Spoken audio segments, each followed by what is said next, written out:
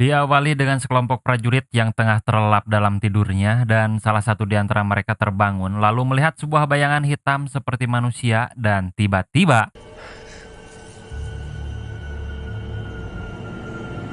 Tungguin ya. film ini rilis pada tahun 2020 tanggal 18 Juni lalu dengan durasi 1 jam 35 menit dan disutradarai oleh Eric Bres. Kalau kalian tahu film ini film Final Destination yang terkenal dengan kesadisan dan ketegangannya. Nah, kedua film tersebut disutradarai oleh Eric Bres ya. Dan untuk film ini sendiri lumayan agak ramah lingkungan ya. Soalnya nggak kayak film Final Destination yang banyak kengerian atau ketegangan yang luar binasa sekali. Film ini ya adalah sedikit, cuma tidak ditayangkan juga. Soalnya kalau ditayangkan ya gitulah. Ngerti kan? Gak ramah lingkungan, apalagi kalau misalkan gak ramahnya itu sama dolar. Nanti dolarnya kalau jadi kuning, gak bakalan dapat duit coy. Bahaya itu. Lebih bahaya daripada meme pering gak pakai baju. Aduh, ngeri lah. Untuk film ini sendiri memiliki rating 5,2 dari 10 menurut IMDb. Memang dari segi rating, film ini bukanlah film yang wah, cuma kalau melihat genrenya lumayan unik juga. Karena sang penulis memadukan beberapa genre yang berbeda. Ya, gimana gak unik, sekelompok prajurit perang lengkap dengan senjata malah berhadapan dengan hantu. Jadi gimana gitu cara matiin hantu tersebut? Kan kalau hantu udah mati ya.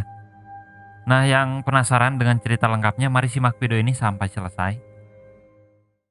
5 orang tentara AS yang dipimpin oleh Chris sedang bertugas dalam Perang Dunia II yang mendapatkan misi khusus untuk menjaga sebuah kastil dari serangan para tentara Nazi. Singkat cerita, sampailah di lokasi dan terlihat kastil itu berukuran sangat besar dan di depan kastil tersebut ada seekor mobil yang sedang dijadikan tempat tidur oleh salah satu prajurit penjaga di sana. Jadi kelompok Chris bertugas sebagai pengganti untuk kelompok penjaga yang saat itu ada di sana, kita sebut saja kelompok awal.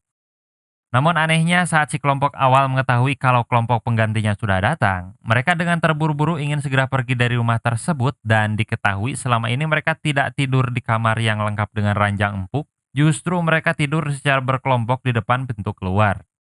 Hal tersebut tentu saja terkesan aneh bagi kelompok Chris, namun saat Chris bertanya tentang keanehan sikap mereka, si kelompok awal terlihat enggan untuk menjawab dan memilih untuk segera pergi dari sana. Sampai di sini saya perkenalkan tokoh utamanya. Si pemimpin bernama Chris yang diperankan oleh Brenton Thwaites. Ini yang sok jago bernama Butchie yang diperankan oleh Alan Ritchson. Kemudian ini si kumis lele bernama Kirk yang diperankan oleh Theo Rossi. Lalu ini si kumis tipis bernama Tepper yang diperankan oleh Kyle Gallner. Dan yang terakhir bernama Eugene yang diperankan oleh Skylar Astin. Setelah perut terisi, masing-masing dari mereka berkeliling untuk memastikan situasi dan kondisi, dari mulai Tepard yang pergi ke sebuah gudang sambil minum, namun terganggu oleh sebuah benda yang tiba-tiba terjatuh dengan sendirinya. Kemudian Chris yang mendengar suara misterius dari balik dinding, lalu Butchie yang akan menyalakan rokok, namun korek apinya selalu padam dan tidak hanya itu, dia pun dikagetkan oleh pintu yang tiba-tiba tertutup sendiri, namun saat mencoba dibuka, pintu tersebut seolah-olah terkunci dan ketika ditinggalkan, pintu tersebut terbuka sendiri. Nah, dari sinilah dimulainya para prajurit ini diganggu oleh para kelompok juri. Santai di saat bekerja memang hal yang didambakan, makan minum, ngobrol, nikmatin udara hangat kayak mereka memang nikmat. Namun situasi santuy tersebut diganggu oleh suara hentakan dari lantai atas. Mendengar hal itu, mereka pun bergegas untuk memeriksa ke sumber suara tersebut. Ketika Chris dan Kirk sampai di dapur, mereka terkejut karena sebuah pintu tiba-tiba terbuka dengan sendirinya. Lalu mereka masuk dan membuka sebuah kain penghalang. Tiba-tiba, terlihat sebuah kilasan bayangan hitam seperti orang gantung diri, serta di samping kanan terdapat bekas cakaran pada bagian lantainya. Pada malam hari di ruangan yang sama, mereka berlima kembali mendengar sesuatu yang berasal dari lantai atas dan Chris menduga kalau suara tersebut seperti kode Morse. Lalu Eugene dengan sigap mencoba menerjemahkan kode tersebut yang ternyata arti kode itu adalah aku tidak memiliki kaki. Mendengar hal itu mereka semua sontak bingung dengan maksud dari kode tersebut. Sementara Chris secara spontan langsung menyuruh Tepper untuk memantau dari lantai atas untuk berjaga-jaga jika ada tentara Nazi. Di malam itu gangguan mistis tidak hanya sampai di sana, beberapa di antara mereka mengalami gangguan dari para juri, seperti Kirk yang akan tidur terganggu oleh kotak musik yang tiba-tiba bersuara, kemudian Eugene yang melihat sebuah pas foto dengan berisikan 4 orang, tiba-tiba lilinnya mati dan setelah dinyalakan kembali, orang-orang dalam foto tersebut hilang. Lalu Tepper yang sedang mengawasi dengan senjatanya, tiba-tiba si jurik muncul di depannya. Biar gak terkejut, jadi saya kasih tahu ya setelah kalimat ini ada jump scare. Keesokan harinya di balkon, Tepper mengatakan kalau dia mendengar sebuah informasi dari radio yang menyebutkan kalau tentara Nazi sedang dalam perjalanan menuju ke kastil yang sedang mereka tempati. Dari cara dia menyampaikan itu seolah-olah mengajak Chris untuk lari dari sana karena tidak mungkin 5 orang melawan Nazi yang jumlahnya 10 kali lipat dari mereka. Namun, Chris sebagai pemimpin memutuskan untuk tetap tidak akan meninggalkan kastil tersebut, sementara Tepper yang mendengar keputusan tersebut meminta Eugene untuk menemaninya di lantai atas sambil mengawasi daerah sekitar. Di sini mereka berdua menemukan sebuah pentagram sihir yang diduga bekas digunakan oleh orang-orang Nazi untuk membunuh keluarga Hellwigs, yang merupakan keluarga pemilik kastil tersebut. Lalu mereka berusaha memindahkan sebuah lemari dan tiba-tiba pintu lemari tersebut tertutup dengan sendirinya yang membuat jari tangan Eugene patah. Ngilu coy. Dari semua gangguan yang dialami, akhirnya beberapa dari mereka mulai sadar dan yakin kalau alasan kelompok pertama ingin buru-buru pergi dari sana adalah karena mereka mengalami gangguan yang sama, yang dimana gangguan tersebut berasal dari para juri yang berasal dari kastil tersebut. Di saat bersamaan, terdengar kembali sebuah kode Morse misterius yang mengatakan jika kau pergi, kau akan mati. Lalu mereka bersiap untuk menghadapi tentara Nazi dengan rencana mengunci seluruh pintu agar mereka yakin kalau kastil tersebut tidak berpenghuni. Namun, kalaupun mereka berusaha masuk, Chris dan kawan-kawan sudah siap dengan posisinya masing-masing untuk melawan mereka. Tak lama setelah itu, Nazi datang dengan jumlah yang lumayan banyak, langsung berusaha memeriksa situasi di kastil tersebut dan ternyata rencana yang dibuat oleh Chris berhasil, hingga membuat Nazi memutuskan untuk pergi dari sana. Namun sayangnya karena hantu di kastil tersebut super usil, para Nazi yang hendak pergi dari sana membatalkan niatnya karena mendengar suara gaduh yang berasal dari dalam. Dan sudah pasti kalau suara gaduh tersebut berasal dari para hantu gak berakhlak tadi ya. Karena hal itu, Chris dan kawan-kawan terpaksa harus berhadapan dengan mereka dan Butchie harus menjadi korban pertama karena berusaha melindungi teman-temannya dengan memeluk granat yang dilemparkan oleh para Nazi. Walau tidak tewas, Butchie tetap menerima luka super serius yang mengerikan. Namun tidak akan saya perlihatkan soalnya hal-hal yang berbau kengerian kayak gitu gak ramah lingkungan dan yang terpenting rentan dolar kuning. Soalnya kalau dolar kuning nanti saya nggak dapat duit dari AdSense. Dari sana Chris dan kawan-kawan mulai melancarkan aksinya. Di samping itu sebagian dari para Nazi mati secara misterius yang diduga ulah dari si hantu. Di mana ada yang mati karena tenggelam di dalam bak mandi, ada yang tiba-tiba terikat di kursi lalu terbakar, dan ada juga yang tergantung dengan tangan terikat hingga pada akhirnya seluruh tentara Nazi tewas dan dimenangkan oleh Chris dan kawan-kawan. Walaupun dengan berat hati salah seorang dari mereka harus menderita akibat luka serius. Setelah sekian banyak hal mistis yang mereka alami, Chris dan kawan-kawan tidak lagi menghiraukan para Nazi, justru mereka mulai membahas secara serius seputar dugaan mengenai hantu-hantu yang ada di kastil tersebut adalah hantu dari keluarga Hellwigs. Eugene sendiri membaca sebuah buku catatan seputar keluarga Hellwigs dan di dalam buku tersebut tertulis fakta bahwa kematian keluarga Hellwigs sama seperti kematian misterius yang dialami oleh para Nazi tadi, di mana anak laki-lakinya tenggelam pada bak mandi, lalu anak perempuannya digantung, dan sang ayah disiram oleh bensin, lalu dibakar di atas kursi, sedangkan si ibu dipaksa menyaksikan semua kengerian tersebut namun tidak dijelaskan mengenai kematian sang ibu. Dan tertulis kalau mayat mereka dibuang ke dalam tumpukan tanpa pemakaman, tanpa batu nisan. Sekian banyak persamaan antara kejadian nyata dengan penjelasan dari buku catatan tersebut tak cukup untuk membuat Chris percaya kalau hantu yang ada di sana adalah hantu keluarga Hellwig. Namun setelah itu saat Chris hendak menggunakan kamar mandi, tiba-tiba ada hantu yang mendorong serta menenggelamkan Chris hingga hampir tewas. Namun ternyata itu hanyalah sebatas mimpi buruk saat dia tertidur. Keesokan harinya hal tak terduga datang dari Butchie yang terus-menerus meneriakkan kalimat ini tidak nyata. Setelah itu tiba-tiba Butchie bisa memegang baju Chris sambil mengucapkan kata remember atau ingat. Padahal secara logika tidak mungkin Butchie bisa memegang baju Chris karena dia sudah tidak memiliki tangan dan tak lama setelah itu Butchie menghembuskan nafas terakhirnya.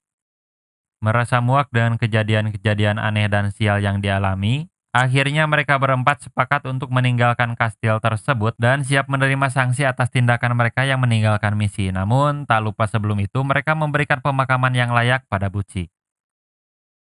Singkat cerita, mereka sudah dalam perjalanan untuk meninggalkan lokasi tersebut, namun ternyata perjalanan itu tidak mengakhiri kesialan mereka karena beberapa kali Chris dan kawan-kawan terus-menerus berputar mengulangi jalan yang sama hingga pada akhirnya mereka malah sampai ke kastil misterius itu lagi. What if we gave him a proper burial and all? Like you said. Did the journal Dengan begitu muncullah ide untuk mencari mayat keluarga Helwig serta memberikan pemakaman yang layak untuk mereka dengan harapan mereka tidak akan lagi menjadi hantu pengganggu. Namun permasalahannya adalah di buku catatan Helwig tidak dijelaskan lokasi mayat mereka yang artinya Chris dan kawan-kawan harus mencari petunjuk keberadaan mayat tersebut. Ide cemerlang datang dari Chris yang menaburkan sekarung tepung terigu agar bisa melihat jejak si hantu sehingga mereka bisa mengikuti jejak-jejak tersebut dengan harapan menemukan mayat keluarga Helwig. Scene ini sih lumayan konyol, dipikir tikus gitu jalan-jalan ninggalin jejak terus jejak itu bisa diikuti. Sementara itu Tepert mengucapkan kata Petrulex yang membuat Eugene langsung tanggap dengan menanyakan kalau Tepert tahu kata tersebut dari mana. Tepert menjawab kalau kata itu hanya terlintas saja di pikirannya. Lalu, apa maksud dari kata tersebut? Eugene mengatakan kalau kata itu merupakan sebuah kutukan. Nah, oke, mari kita lanjut. Tapi baru kali ini saya tahu kalau hantu itu bisa ninggalin jejak. Soalnya, ya rencana si Chris ini ternyata berhasil. Hantu tersebut memang meninggalkan jejak, cuma jejak tersebut malah mengarah ke dirinya dan tak diduga hantu itu menyeret Chris sampai ke sebuah bangunan lain yang berada di sekitar rumah tersebut. Benar saja, di dalam bangunan itu ada tumpukan mayat keluarga Helwig dan tanpa pikir panjang, mereka melaksanakan prosesi pemakaman dengan selayaknya. Singkat cerita, pemakaman tersebut selesai, dilanjut bersiap-siap untuk pergi dari sana. Namun sebelum itu mereka membuka peti yang berasal dari gudang yang ternyata di dalamnya hanya berisi tumpukan sebuah cerutu dan Eugene mengatakan apa yang tertulis pada buku yang seolah-olah kalimatnya berubah dan malah tertulis kalau mereka menguburkan tumpukan si mayat, maka hal itu hanya akan memberikan kekuatan bagi mayat tersebut untuk bangkit dari kematian. Ya, benar saja. Ternyata keluarga mayat yang terdiri dari sepasang suami istri dengan dua anak menghampiri mereka lalu terjadilah pertarungan antara prajurit melawan keluarga mayat hidup. Namun kejanggalan muncul ketika si mayat dihajar, ditembak, ditusuk, bukannya luka atau mati, tapi malah terlihat seperti sebuah tubuh hologram dan tiba-tiba Chris tersadar di sebuah fasilitas pengobatan dengan tubuh terlentang serta terikat pada bagian ranjang. Nah, di sini saya bingung, kok tiba-tiba jadi gini dan ternyata berdasarkan apa yang disampaikan si Om ini, kelompok Chris itu sedang berada di sebuah fasilitas pengobatan fisik serta psikis untuk menstabilkan mental Chris dan kawan-kawan yang pada kenyataannya mereka mengalami luka berat akibat misi di Afghanistan. Nah, beda lagi ceritanya cuy. Lalu diceritakan mengapa mereka bisa menjadi seperti itu. Faktanya adalah, Chris dan kawan-kawan dikomando oleh pria bernama Powell yang menerima sebuah misi untuk melindungi seorang dokter beserta keluarganya. Dan karena suatu alasan mereka harus dibawa ke tempat yang aman, namun saat hendak dibawa keluar, tiba-tiba datanglah pasukan ISIS. Dengan terpaksa, Chris dan kawan-kawan bersembunyi di sebuah dinding yang dihalangi oleh sebuah kain. Berdasarkan percakapan si dokter dengan pasukan ISIS, ternyata dokter tersebut menjadi mata-mata dengan imbalan berupa obat-obatan dari orang Amerika. Setelah itu, kelompok ISIS menghabisi kedua anaknya dengan cara digantung dan ditenggelamkan. Lalu si dokter dibakar hidup-hidup sementara Chris dan kawan-kawan memilih diam agar keberadaannya tidak diketahui. Setelah kelompok ISIS pergi, Chris dan kawan-kawan pun keluar. Namun naas, saat mereka hendak pergi, istri si dokter yang ternyata masih hidup berlari keluar sambil memegang bom untuk meledakkan pasukan Chris dan boom. Nah, itulah yang menyebabkan mereka mendapatkan luka berat sampai harus dirawat oleh timnya si Om. Lalu bagaimana dengan cerita mereka yang melawan tentara Nazi yang panjangnya luar biasa hampir dari awal sampai akhir video ini? Ternyata itu hanyalah sebuah simulasi yang paling efektif untuk mengobati luka mental mereka. Dan dengan berjalannya simulasi tersebut selama 6 minggu, mereka mengalami banyak perkembangan sampai suatu hari Butchie terbangun dengan sendirinya dan ketika melihat tubuh aslinya, dia hanya terdiam hingga dia meninggal. Artinya kejadian yang dialami Butchie yang tiba-tiba terbangun hampir sama dengan pada saat Chris masih dalam simulasi yang pada saat itu, Butchie ternyata berusaha memberitahu situasi Perang Dunia II itu tidaklah nyata. Dan itu terbukti karena Butchie mengucapkan kalimat ini tidak nyata.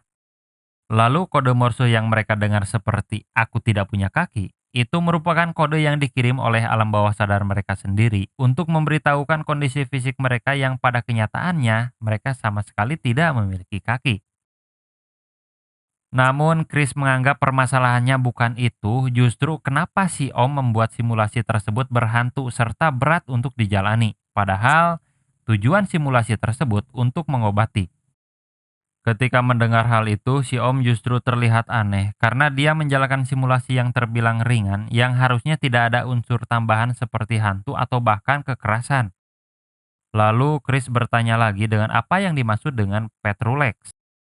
Nah, asisten si Om menjawab kalau Chris dan kawan-kawan membisikkan kata tersebut pada saat dalam proses simulasi. Dan menurut informasi di internet, kata tersebut merupakan sebuah kutukan dan faktanya, si Om juga tidak pernah memasukkan unsur tersebut pada simulasi. Lalu dari sana Chris teringat ada seseorang yang mengucapkan kata-kata kutukan, yaitu istri dari Dr. Helwig yang marah karena mereka tidak menolong keluarganya pada saat dihabisi oleh pasukan ISIS.